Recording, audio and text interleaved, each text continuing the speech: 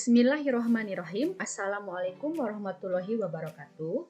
Pada kesempatan kali ini, saya akan melakukan aksi nyata pada topik 1 Merdeka Belajar. Aksi nyata yang saya pilih itu adalah menyebarkan pemahaman Merdeka Belajar. Mudah-mudahan apa yang saya sampaikan bisa bermanfaat bagi Bapak Ibu guru semuanya.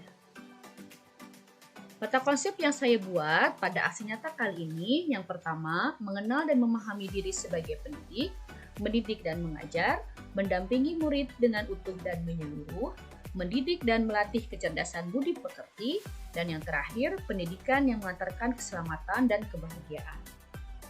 Bagian pertama yaitu mengenal dan memahami diri sebagai pendidik.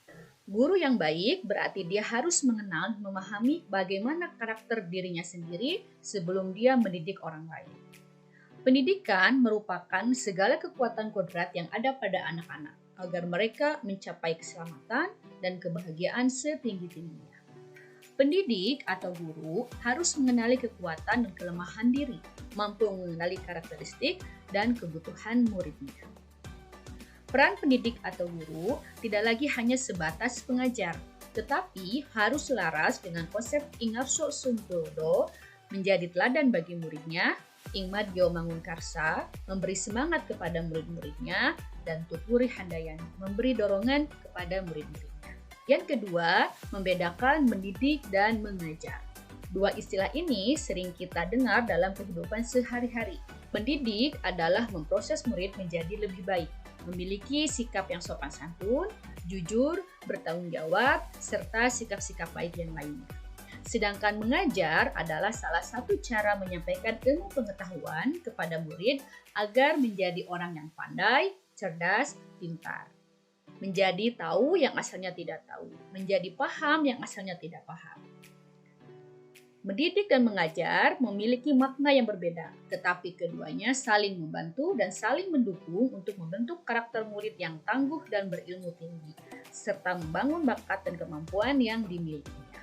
Mendampingi murid dengan utuh dan menyeluruh. Pendidikan itu bergerak dinamis. Dia harus menyesuaikan keadaan yang terus bergerak begitu cepat. Itu sesuai dengan kodrat keadaan. Kodrat alam yang mempengaruhi pendidikan berkaitan dengan sifat dan bentuk lingkungan di mana anak itu berada. Jadi kita itu tidak bisa menyamakan murid yang kita miliki karena kodrat alam mereka itu berbeda-beda. Sedangkan kodrat zaman itu berkaitan dengan isi dan irama yang membentuk pendidikan itu. Asas trikon yang dicanangkan oleh Ki Hajar Dewantara yang pertama, kontinu, berarti dia harus melestarikan kebudayaan secara terus-menerus. Kedua, konvergen, memadukan kebudayaan asing untuk memajukan bangsa. Dan yang ketiga, harus konsentris, menyatukan kebudayaan nasional dengan kebudayaan dunia dengan catatan harus tetap berpegang pada ciri khas kepribadian bangsa Indonesia. Dua bagian penting ini perlu untuk kita lakukan agar murid bisa berkembang sesuai dengan bakat dan kemampuannya, tapi tidak melenceng dari jalur yang seharusnya. Mendidik dan melatih kecerdasan budi pekerti. Budi pekerti atau disebut watak sebagai bulatnya jiwa manusia merupakan hasil dari bersatunya gerak pikiran, perasaan, kehendak, atau kemauan sehingga menimbulkan suatu tenaga. Pendidik harus mengajarkan perilaku rendah hati dan kerjasama kepada murid-muridnya. Tentunya hal ini harus dengan diberikan contoh, tidak hanya diberikan secara teori saja. Keluarga adalah tempat anak memulai proses mulai menjadi sempurna dan sebagai tempat pelatih kecerdasan budi pekerti pada anak mulanya. Pendidik adalah orang yang menemani proses belajarnya murid dan membantu dalam memperbaiki karakter yang kurang menjadi baik. Pendidikan yang mengantarkan keselamatan dan kebahagiaan.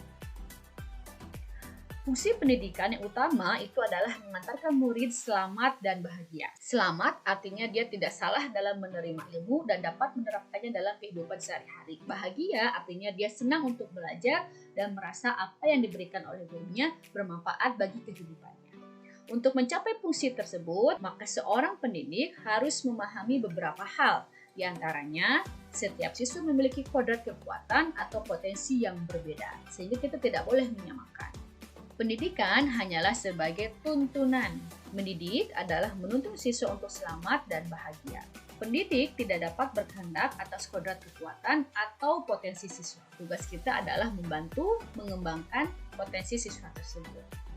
Pendidik dapat memberikan daya upaya maksimal untuk mengembangkan akal budi pekerti siswa.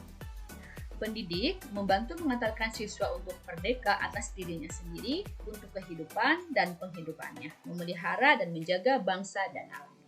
Demikian pemaparan aksi nyata dari saya. Setelah ini saya mengharapkan Bapak Ibu dapat mengisi umpan balik yang dapat memberikan manfaat dan perbaikan kepada saya secara pribadi. Terima kasih atas perhatiannya. Billahi taufiq wal hidayah. Wassalamualaikum warahmatullahi wabarakatuh.